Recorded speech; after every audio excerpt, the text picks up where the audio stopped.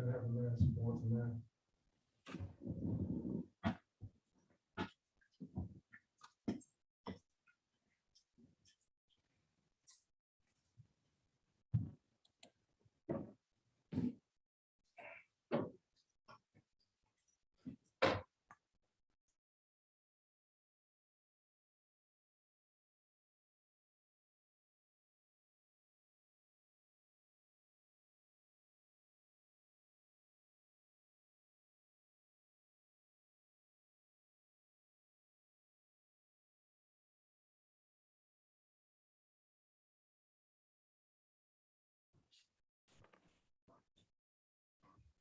Good morning, ladies and gentlemen. I'd like to welcome you to County Court at Law Number 2 of Jefferson County, Texas. My name is Judge Terrence L. Holmes. I'm the presiding judge here in County Court at Law Number 2. You were asked to come here this morning for what is called an arraignment. And what an arraignment is, it's an opportunity for the court to tell you what you've been charged with, what your rights are, and what your options are concerning your case. The case that you have in this court is classified as a misdemeanor case. Criminal cases are divided into felonies and misdemeanors. We only handle misdemeanor cases in this court. The district courts handle the felony cases. Now, your felony cases are normally referred to as your most serious type cases, and your misdemeanor cases are normally referred to as your petty offenses. Now, it does not mean that they are not serious. The only difference is what we call the range of punishment. That is what you can be punished for your offense. For a felony offense, they have several types of felonies. You have what is called a capital offense, a first-degree felony, a second-degree felony, third-degree felony, and a state jail felony.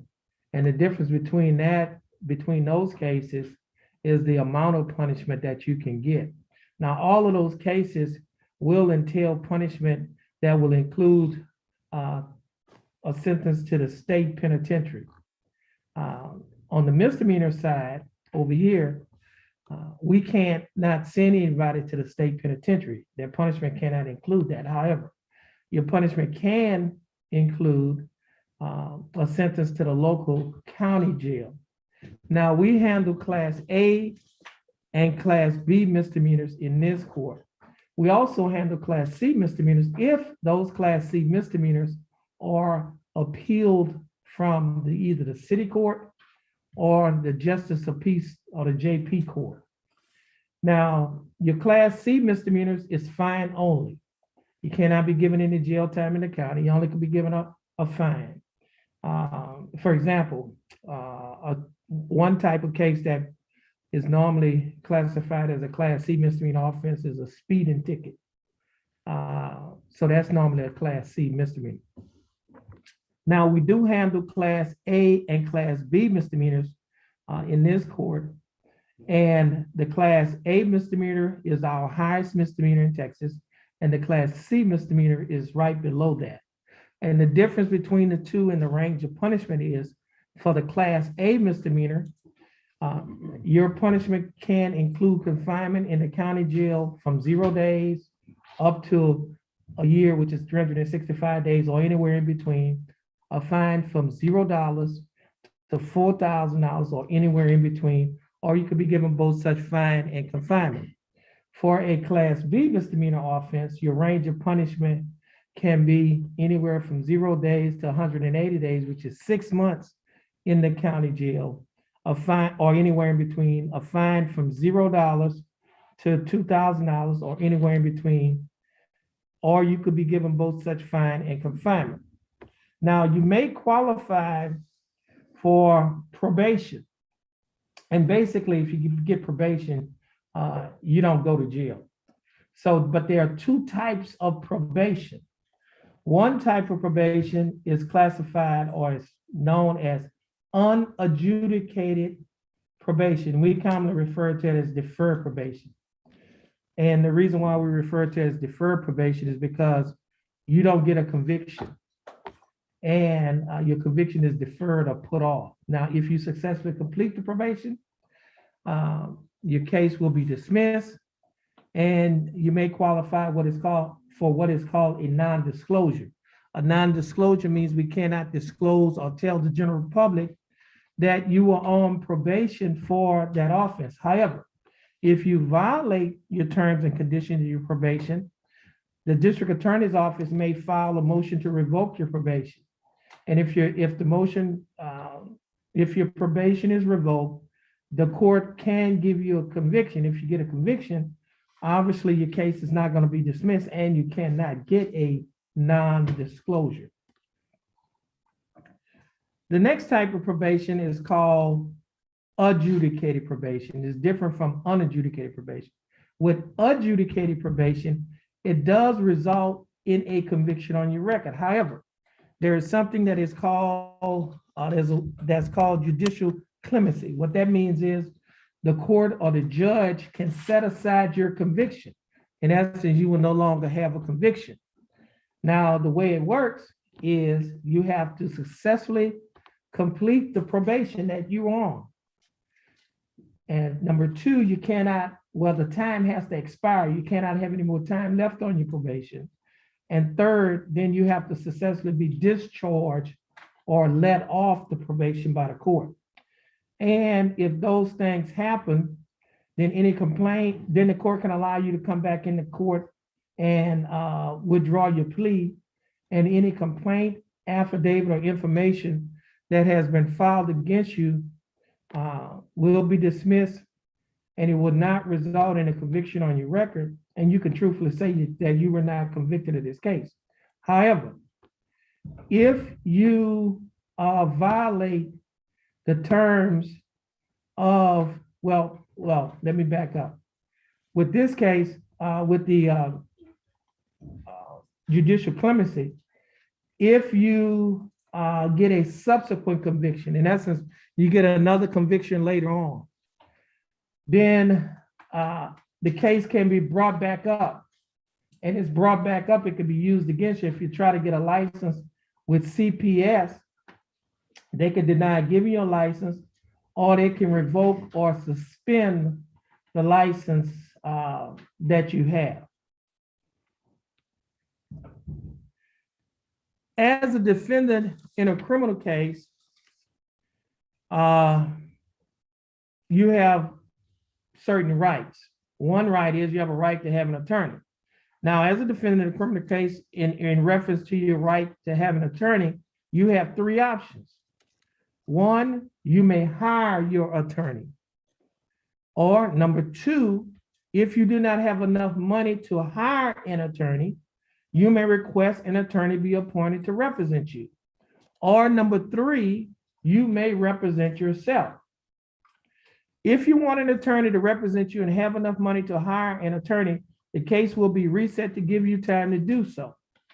If you want an attorney and do not have the money to hire one, you will need to fill out a financial questionnaire so that the proper person can determine whether or not to appoint an attorney to represent you.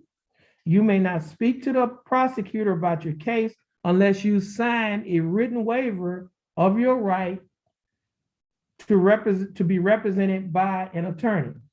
Be aware that there are dangers to self-representation.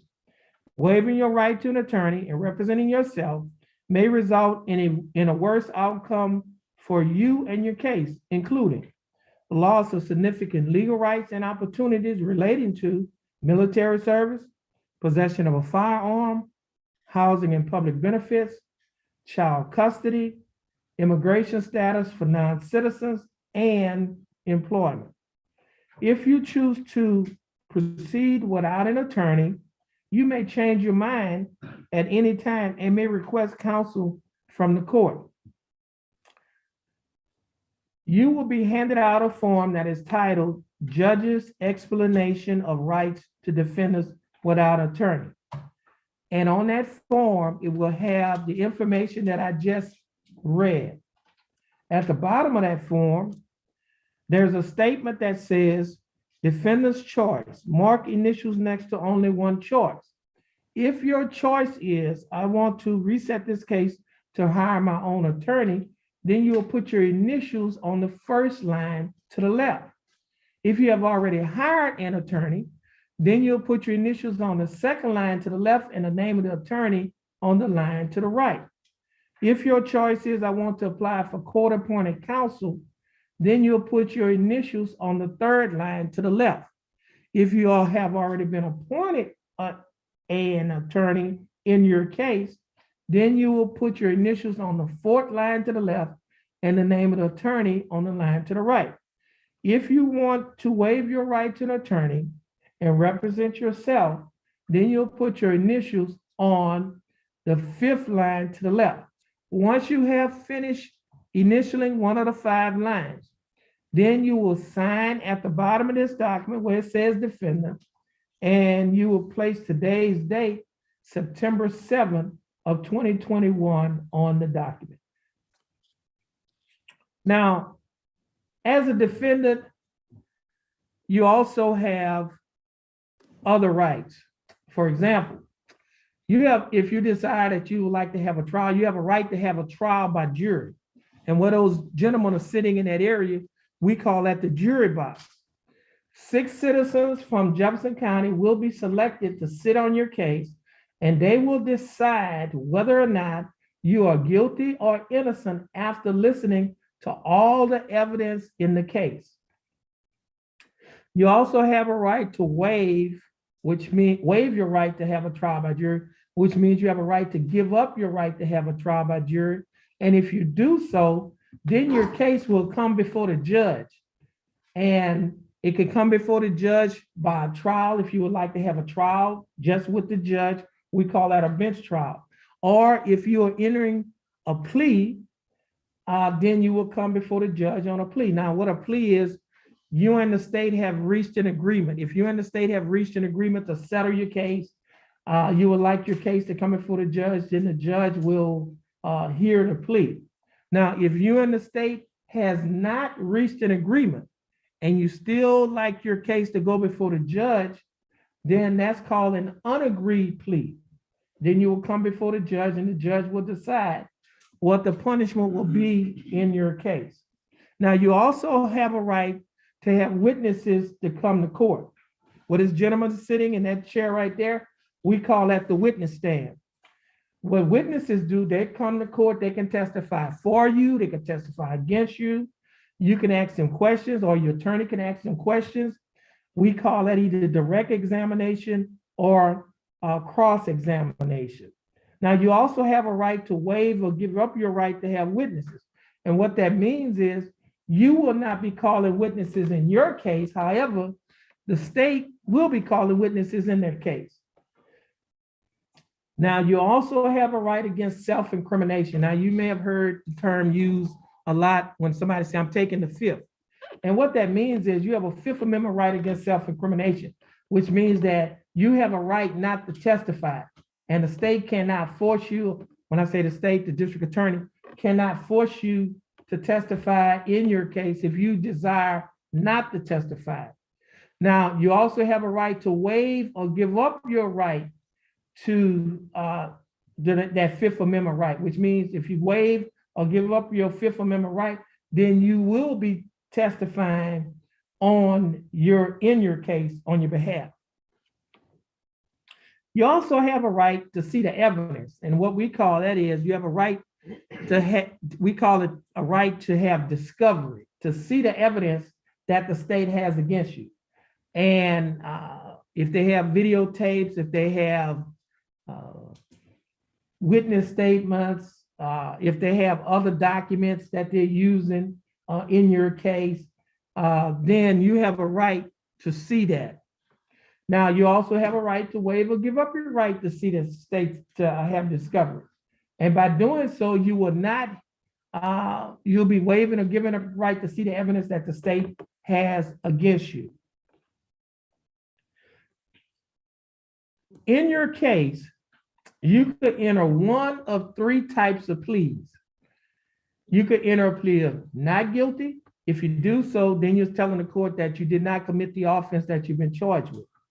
Or you can enter a plea of guilty, and if you do so, you're telling the court that you committed the offense that you've been charged with. Or if you enter a plea, or you can enter a plea of no contest. And by doing so, you're telling the court that you will not be contesting or you will not be fighting the charges that they have brought against you. The district attorney's office, well, let me back up. If you enter a plea of guilty or no contest, and you would like to talk to the prosecutor, if you're representing yourself, you'll have an opportunity to talk to the prosecutor to see if y'all can work out something. Now, if you have an attorney, your attorney will talk to the prosecutor. But anyway, if you are able to work out a plea bargain with the district attorney's office, I do not have to follow that agreement. Now, if I do not follow the agreement that you and the district attorney have made, then you can withdraw or take back your plea. In essence, you can say, well, Judge, I take back my plea of either guilty, no contest, because you're not following our agreement. Now, if I do follow the agreement, and within 30 days after within 30 days of the agreement, not the agreement, but within 30 days after you have entered a plea, you decide that you would like to file an appeal. Since I followed the agreement, you would have to get the court or the judge's permission. Now, if the court gives you permission to appeal, then what an appeal is, that means you will have a higher court than this court to look at your case to see whether or not you were wrongfully convicted or whether or not this court committed an error by convicting you. And that higher court that I'm talking about that will look at it is right above us on the third floor. It's called the Ninth Court of Appeals. They will review your case. They will decide whether or not you've been to grant or deny your appeal. If they grant your appeal, then they can simply find you not guilty, or they can send the case back down to this court and order this court to give you a whole new trial. Now, if they deny your appeal, you can appeal it to a higher court than the Ninth Court of Appeals. You would have to file what is called a pro se petition for discretionary review. And what that simply means is you'll be representing yourself. Pro se means I'm representing myself. I'm not being represented by anybody, no attorney. And you would have to file that pro se petition for discretionary review with the Texas Court of Criminal Appeals located in Austin, Texas. That is the highest criminal court in the state of Texas. Now, they can either grant or deny your pro se petition. If they grant your pro se petition, they can just simply find you not guilty, or they can send the case back down to this court, order this court to give you a whole new trial. Or if they deny it, then at that point, your conviction will stand. The district attorney's office in Jefferson County has a program for first-time offenders that is called pretrial diversion. If you get into that program, they will dismiss your case and you can get it expunged, which means erased, deleted, or wiped off from your record. And the way it works is as follows. You have to be a first-time offender. You cannot have a criminal history. It cannot be a case involving unlawfully carrying a weapon or resisting arrest, and you have to have an attorney to assist you in getting in the program. If you get in the program, case dismiss, they can dismiss your case, complete the program, then you can get a non-disclosure. If you are a veteran of any one of the branches of the United States military, they have another program that is called Veterans Court. It's part of the pretrial diversion program as well, which means you get into the program, you complete the program, they dismiss the case, you can get it expunged from your record. All right. And so those are the programs that's available for veterans and for first-time offenders, and that's through the district attorney's office. This court, Jefferson County Court at Law Number 2, have a program that is called the Community Safety Initiative. We normally refer to it as the CSI program. And the CSI program is a program that is designed to address what we call recidivism. Recidivism is when people commit crimes over and over. And to address that, to stop individuals from committing crimes over and over, we have this program called the CSI program. And it's designed to make Jefferson County a safer place for all of us to live, work, go to school, raise our children, and to go to church. Now, the way the program works is we have partnership with agencies and centers in the Jefferson County area. We have a partnership with Spindletop, used to be called Spindletop MHMR, is now called Spindletop Center. Individuals who have mental health issues or drug issues, we have that partnership with Spindletop. Now, if you have a mental health issue, Spindletop will do a private interview, they can do an assessment, and they can set up a treatment plan for you, either outpatient or inpatient. If you have an issue with either drugs or alcohol, they have a program that is called ATAR. ATAR stands for Addiction, Treatment, and Recovery.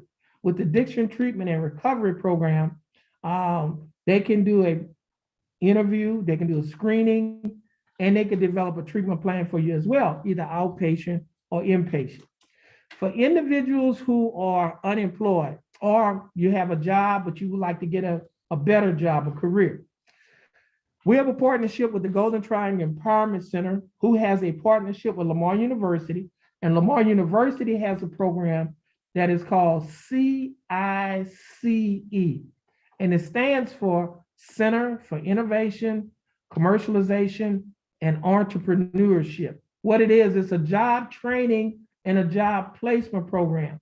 Individuals are trained in the hotel industry, the shipping industry, or the chemical industry. And once they are trained, they will assist them at getting a job in the area that they're trained in. All of these programs, all of these programs that we have are free. It does not cost you anything. Now, if you do not have your high school diploma, CICE also has a GED program where you can get your high school equivalency diploma. The programs that I just spoke of, as I said, are free. And these are programs that I started in March of 2017, within my first 100 days of being elected on the bench in this court. And the programs, as I said earlier, when you come to county court at law number 2, we don't have court as usual, we have unusual court. And it's not because we're different, but it's because we're trying to make a difference in the lives of the individuals that come before this court and a difference in the community in which we live. We also, the program is designed to produce productive people. And by producing productive people, for the most part, productive people do not commit crimes. Why? Because they have too much to lose.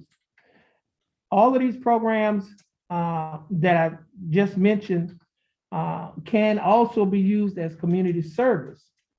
For example, everyone in here have been arrested on your case. And every day that you spent in jail could be used as credit toward your punishment.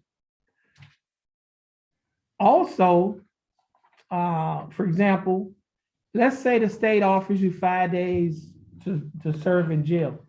You've already served 5 days in jail, then you'll be given what is called credit for time served, which means you don't have to serve any more time in jail on your case. Now, if they offer you 7 days and you got 5, that means you have to serve 2 days in jail. Now, let's say this every day that you spent in jail, you get credit at $100 per day that goes towards your fine and court costs. So if the state is offering you, you spent 5 days in jail, that's $500.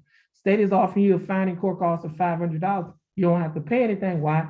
Because you spent 5 days in jail and your 5 days in jail is $500. So therefore, your fine and court costs will be taxed and retired. Now, if they offered you 7 days or a fine and court cost of $700, then you have 5 days, that means you have to pay $200. But let's say you can't pay the fine that day, then we can put you on what is called a payment plan, and which means you could pay it in monthly installments, the balance, until the balance is paid off. But let's say you can't pay the balance at all. Then we can convert it to community service. Your fine and court costs, it can be converted to community service. Now, with community service, you work in the community and work the time off. Now, every hour that you work in community service is 12 hours and 50 cents that will go toward your fine and court costs. So if you work an 8-hour day, that's $100. Okay. Now, all of the programs that I just mentioned can be used as community service. So let's say you have an issue with a mental health issue, and so you're going to counseling. While you're in counseling, and it's community service, you're paying your fine, you're in counseling, and you're doing community service. So you're doing one thing, but you're getting credit for 3 things. Okay. So let's say if you're on a job, you're getting trained at CICE. While you're in class, learning how to do a job, you're in there every hour that you're there, that's 1 hour of community service, $12.50 going towards your fine and court costs, and plus you're being trained to get a new job. Or if you're in a GED, it's the same thing. Or if you're in drug or alcohol counseling, it's the same thing. So you're doing one thing, but you're getting credit for 3 things. And so that's that's part of our CSI program that was, as I said, that started in March of 2017. So all of these programs are free. It doesn't cost you anything. Only thing you have to do is have a desire to be in the program. And so before we finish, we have individuals here from Spindletop Center. And we're gonna have either Jess or Mr. Okay. Okay, we're gonna have Jess, who is going to come up and tell you a little bit about the Spindletop Center program as part of our CSI program. So at this time, I present to you, Jess. Good morning, everyone. My name is Jess. I'm a qualified mental health professional at Spindletop Center. I'm here with my partner, Steve. He's a deputy with the Sheriff's County Department. We're here today, thankfully to the judge who's allowed us into his courtroom to come talk to y'all. We found that a lot of people that come into the courtroom repeatedly even are suffering from some type of mental illness or substance use. And we're here to talk to you today about that, see if y'all need any help with that. We're not here to pressure anybody to anything. You know, we will be talking to y'all individually, but you don't really have to say anything you don't want to. We can also talk to you privately in the back. Everything is HIPAA regulated. Nothing we say can hurt you in any way towards your conviction. But we can't get rid of your conviction, but we can help you in any way that you allow us to. So that's why we're here to ask you if you need anything, help with anything. And we ask that if you do want the help, that you just tell us, and I'll let Steve say a little bit. Thank you, sir. Again, my name is Steve Henn, mental health deputy, licensed by the state of Texas. Work closely with Brother Hebert here. He is a qualified mental health professional. We work as a team. What we discovered in to a group like this, we have two problems with it. The first one is we don't know if we don't ask. So that's what we're doing this morning. We're asking you if there's any underlying issues that's causing some of your legal issues. And number 2 is we don't know if you don't tell us. So we're asking you to share that with us. We have a brochure here that kind of goes over what our court program is. We have a 1-800 number here. Should you find yourself in an unsafe place at any point in time, you can get immediate help. We want to make sure everyone gets one of these. And we also have kind of like these little business cards here. Maybe this doesn't apply to you. Maybe it applies to a family member. If you would like to put your name and phone number here, we'd like to talk to you and find some information about your family, and then we can reach out to them as well. But the goal is to help people. We believe if we can deal with the underlying issues, which is either mental health or substance use, we can get you out of the cycle of arrest. And that's our goal, is to get you out of this so you can have a quality of life. But what it boils down to is decisions. It's your choice. It's voluntary. We're not going to force anybody to do anything they don't want to do. It's up to you if you want to reach out and utilize assistance and help to do that for you. Thank you, Your Honor. Okay, thank you, Deputy Henn and Jess. Ladies and gentlemen, as I often said, that in County Court at Law Number 2, we do not just arrest the problem, we address the problem. And so that's what we're trying to do here with our with the CSI program, trying to address issues And if we could address those issues, we can make Jefferson County a safer place for all of us. We're going to pass out what is called, judge's explanation of rights to defendants without an attorney. And once it's passed out, we'll have someone to assist you if you need some assistance in filling it out. And once we fill it out, now for those of you who will be representing yourself, there is a second page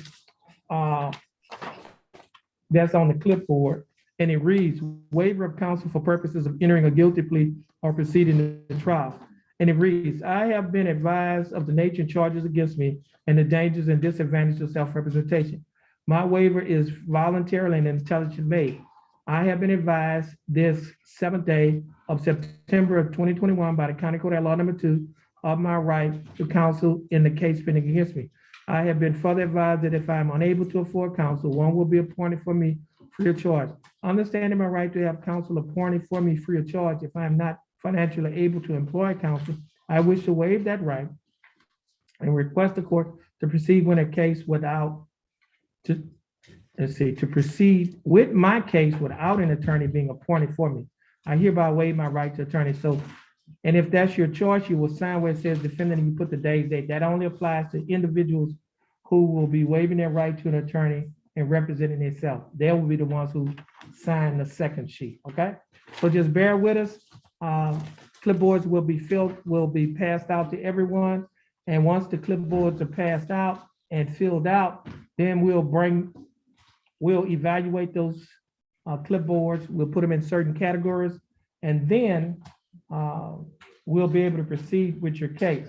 Now, you also will have individuals from Spindletop that will come by and talk to you to see if you would like to receive